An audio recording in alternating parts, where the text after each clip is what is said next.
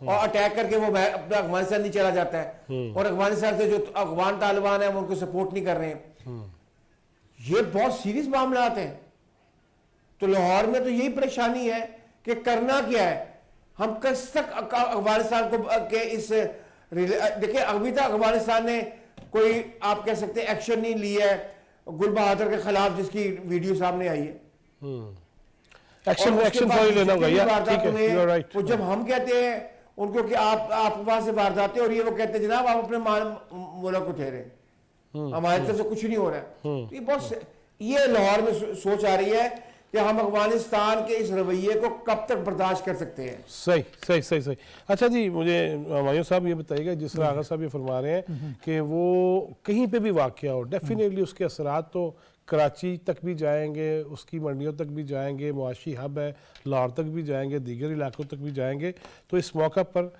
جو ہم نے جس طرح آئی ایم ایف سے معاملات ہوئے ہیں، یقیناً سخت فیصلے ہیں. کوئی بھی حکومت یہ نہیں کرنا چاہ رہی ہوتی کہ پیٹرول مہنگا ہو جائے یا بجلی مہنگی یا گیس مہنگی ہو جائے، لیکن اس میں یہ جو چوری ہے، بجلی کی چوری اور وہ کنڈا شنڈا جو ڈالتے ہیں، وہ بھی تو بحیثیت قوم ہماری ذمہ داری ہے نا کہ ہم بھی ان چوریوں سے تو باز آ جائیں نا. نہیں، بالکل صحیح کہا آپ نے. لیکن وہ بات یہ تو اجتماعیت ہمارے رویوں میں نہیں ہے. اگر آپ محلے میں بھی دیکھیں نا، تو محلے میں بھی کوئی اجتماعیت نہیں ہوتی کہ ہم کہیں گے جی ہم مل کے کوئی کم از کم صفائی کا ہی اپنی گلی کا انتظام کر لیں. وہاں تک بھی لیکن ہماری قوم کی کچھ جو ہماری جو گروتھ ہے نا ہماری، کیونکہ شروع سے ہمیں یہ چیزیں ایکچولی اخلاقیات اور یہ چیزیں ہمارے کریکولم کا حصہ ہی نہیں ہوتی. اچھا، لیکن میں نے تو جو پڑھا ہے اس میں تو مجھے میں جنرلی بات کر رہا ہوں، میں جنرلی بات کر رہا ہوں. اب لیکن میں جو چیز جو کہنا چاہ رہا ہوں میں اس میں سے کہ جو آپ نے بات کی ہے کہ کنڈے ڈالنے والی یا جو کچھ ہے، یہ بالکل ہو رہا ہے. جس کو موقع مل رہا ہے کر رہا ہے. کچھ تو غربت کی وجہ سے ہو رہا ہے، کچھ یہ ہے کہ اپنا بچانے کے لیے کچھ کرتے ہیں.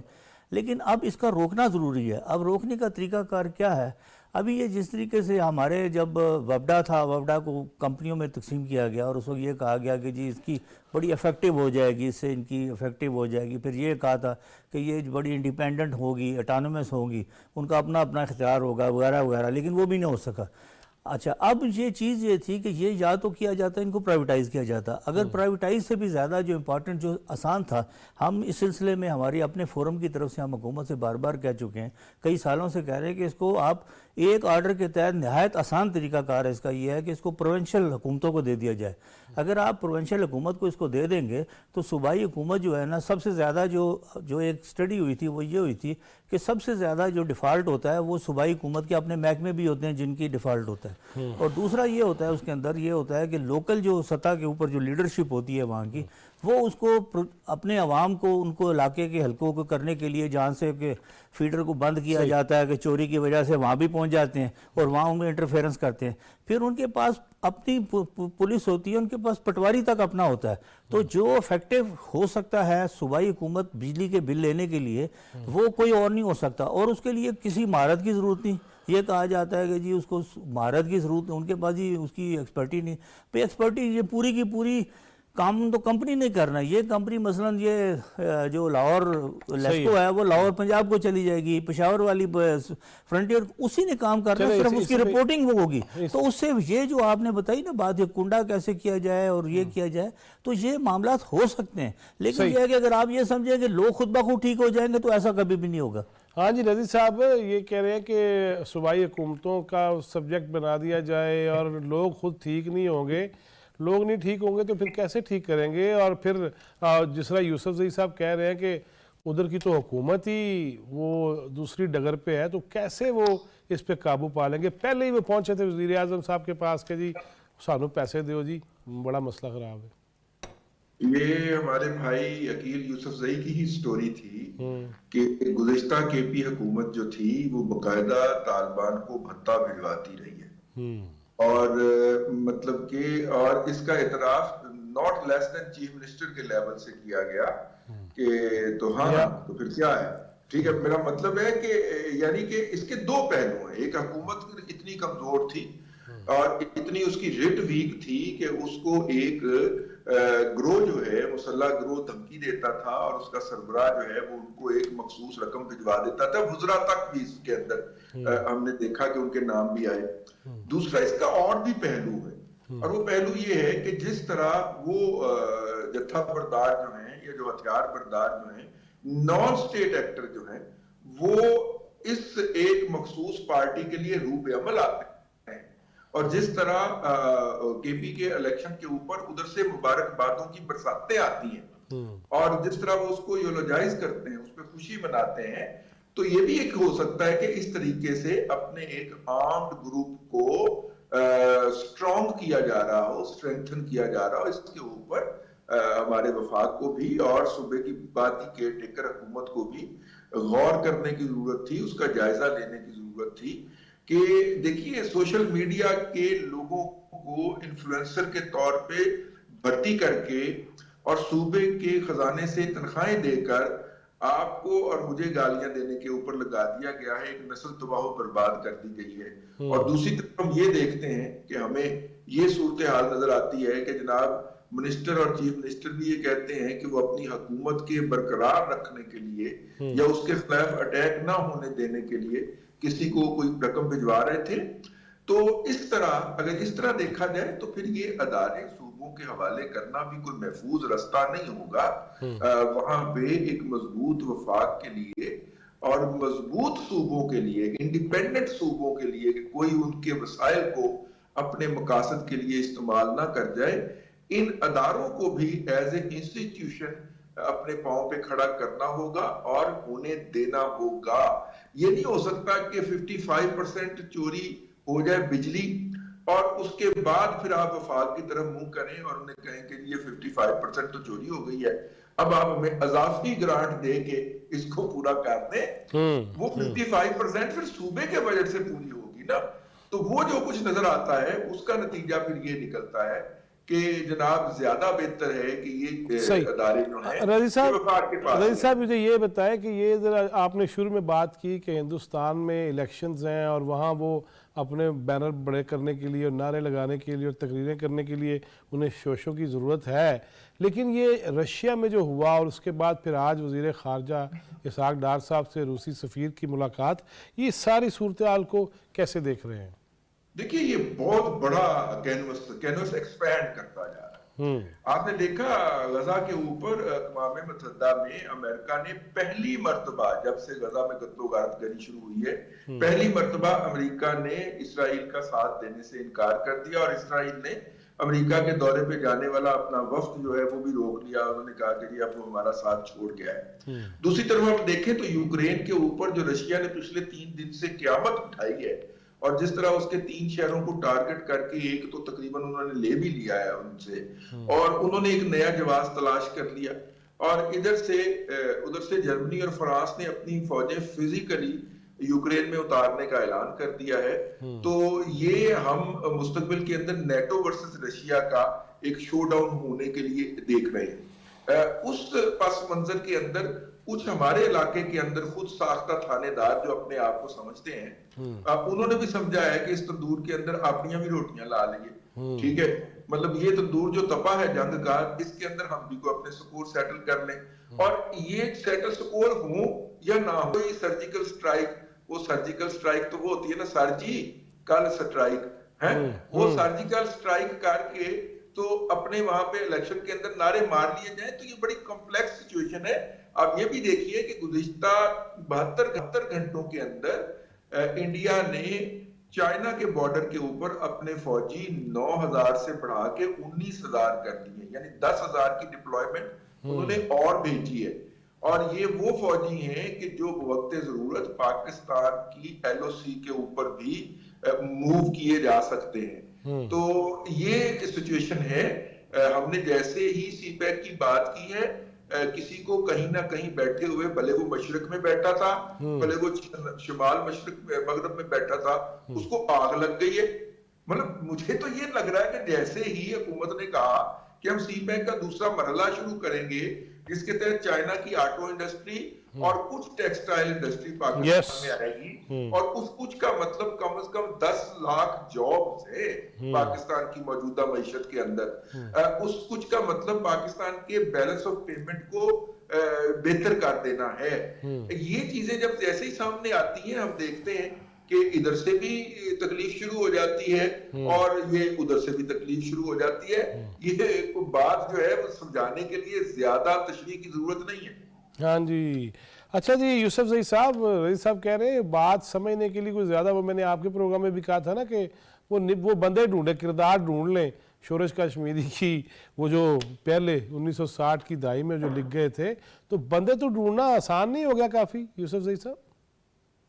بہت آسان ہے, اس میں تو دو رائے ہے ہی نہیں. جو رضی دادا نے اشارہ کیا ہے صورتحال تو بالکل واضح ہے, اور اب چاروں کے نوٹس میں یا آپ کے ناظرین کے نوٹس میں یہ بات لانا چاہ رہا ہوں کہ اس وقت افغانستان کے شمالی علاقہ جات جو ہے جن کی سرحد ہے تاجکستان اور ازبکستان کے ساتھ ملی ہوئی ہے, وہاں پر ریڈ الرٹ ہے. اس طرح کی اطلاعات آ رہی ہے کہ رشیا خدا نہ خواستہ,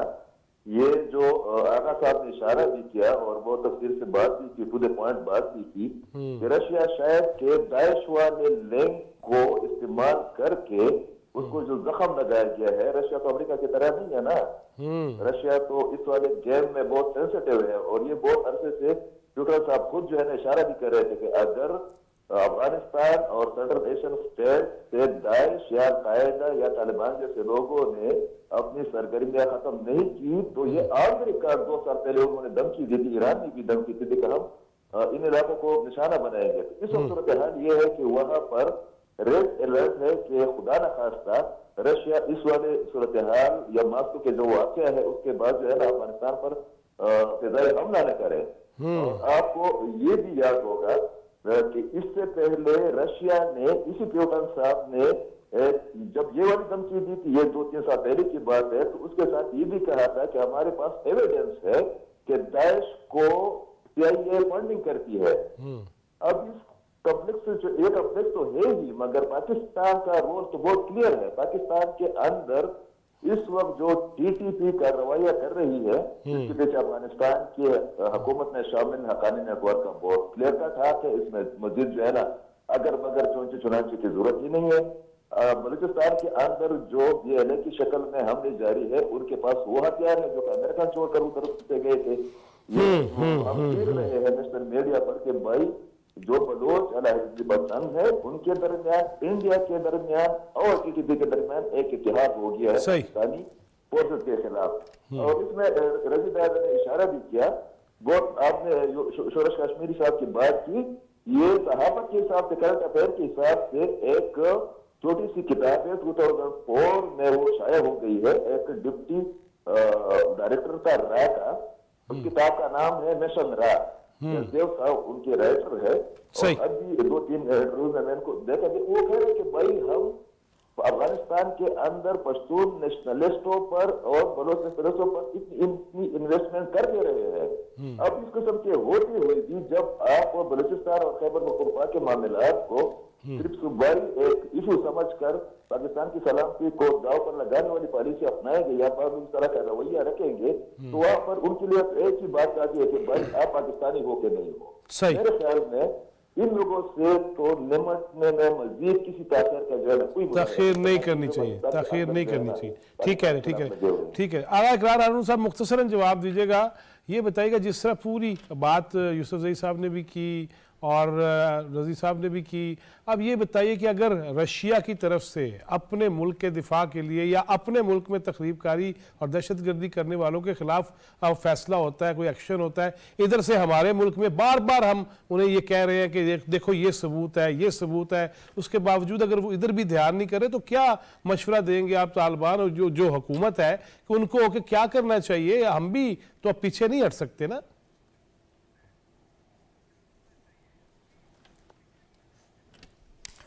میں عقیل یوسف زئی صاحب نے جو بات کی ہے میں ان کو خبر ایک دے ہی دوں. According to my information CSTO کے ریفرنس میں, CSTO کے جو